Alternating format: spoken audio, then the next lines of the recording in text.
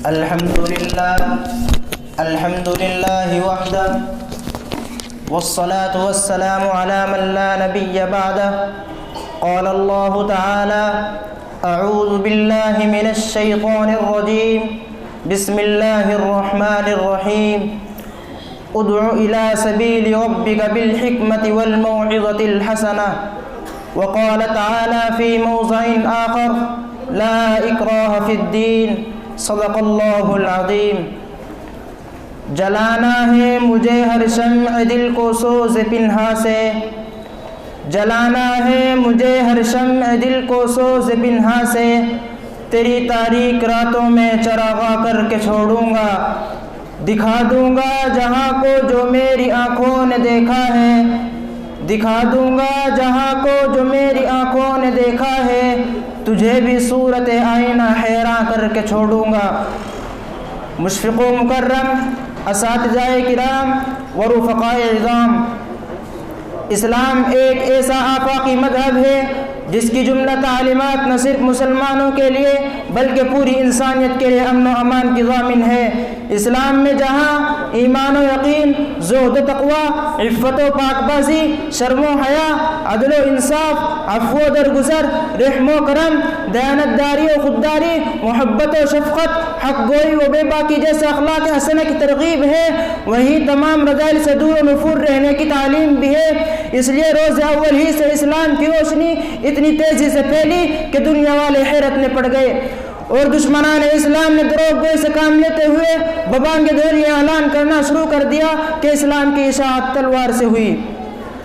ملت اسلامیہ کے پاس بانو، لیکن جب ہم اس بات کی تحقیق کے لیے تاریخ کے دروازے پر دستک دیتے ہیں اور پوچھتے ہیں تو تاریخ ہمیں چیخ چیخ کر کہتی ہے کہ نہیں نہیں، اسلام کی اشاعت تلوار سے نہیں بلکہ اخلاق حسنہ سے ہوئی.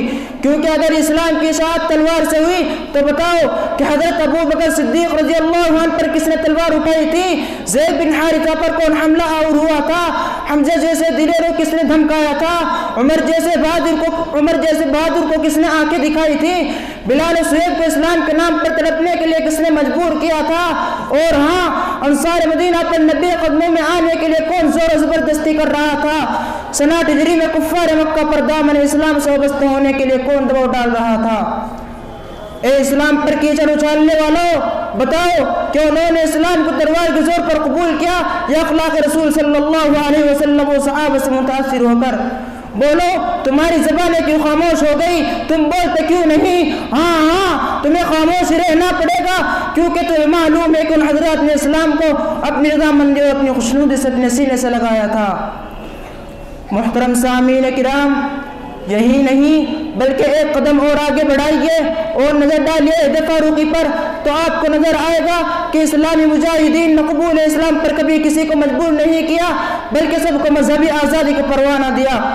حضرت عمر بن خطاب رضی اللہ عنہ کا وہ امان جو آپ نے فتح بیت المقدس کے موقع پر عیسائیوں کو دیا تھا، آج بھی تاریخ کے اوراق میں ان الفاظ کے ساتھ موجود ہے کہ ان کی گرجاؤں میں نہ سکونت کی جائے، نہ ان کو ڈھایا جائے، نہ ان کو نقصان پہنچایا جائے گا، نہ ان کی صلیب اور مال میں کچھ کمی کی جائے گی، اور نہ ان کے مذہب کے بارے میں کوئی جبر کیا جائے گا. اے عقل کے کورو، کیا تمہیں تحریر نظر نہیں آتی جس میں صاف صاف مذہبی آزادی دی گئی ہے؟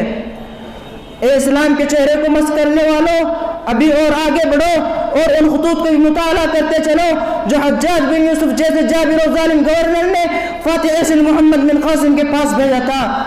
حجاج بن یوسف صاف صاف لکھتا ہے کہ ان کی عبادت گاہیں میں استعمال نہ کرنا، ان کے مذہبی پیشواؤں سے چھیڑ چھاڑ نہ کرنا، اور تو اور لمبا سفر طے کیجیے اور فاتح بیت المقدس سلطان صلاح الدین ایوبی کی رحمدلی وہ فیاضی کا تذکرہ سنتے چلیے، جس نے بیت المقدس کو نہ صرف خون و خرابے سے بچایا تھا بلکہ تمام عیسائی خیر و عافیت سے نکلنے کا موقع دیا تھا.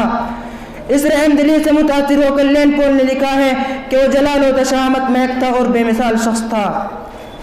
محترم سامعین کرام، یہ تھی تاریخ کی ایک ہلکی سی جھلک جس کو میں نے حضرات کے سامنے پیش کیا، جس سے بات بالکل واضح ہو گئی کہ اسلام کا چراغ ظلم و جور اور تشدد کے تیل سے روشن نہیں ہوا بلکہ اس میں اخلاق حسنہ کا روغن ڈالا گیا ہے.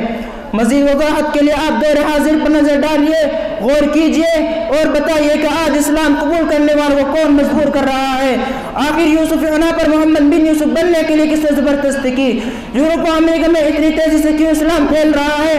اگر آپ ان تمام حقائق پر غور کریں گے تو بے ساختہ پکار اٹھے گے کہ اسلام اپنی باطنی کمالات کی وجہ سے پھیل رہا ہے اور انشاءاللہ پھیلے گا، کیونکہ اسلام کی فطرت میں قدرت نے لچک دی ہے، اسلام کی فطرت میں قدرت نے لچک دی ہے، اتنا ہی یہ ابھرے گا جتنا کہ دباؤ گے۔ وما توفیقی الا باللہ۔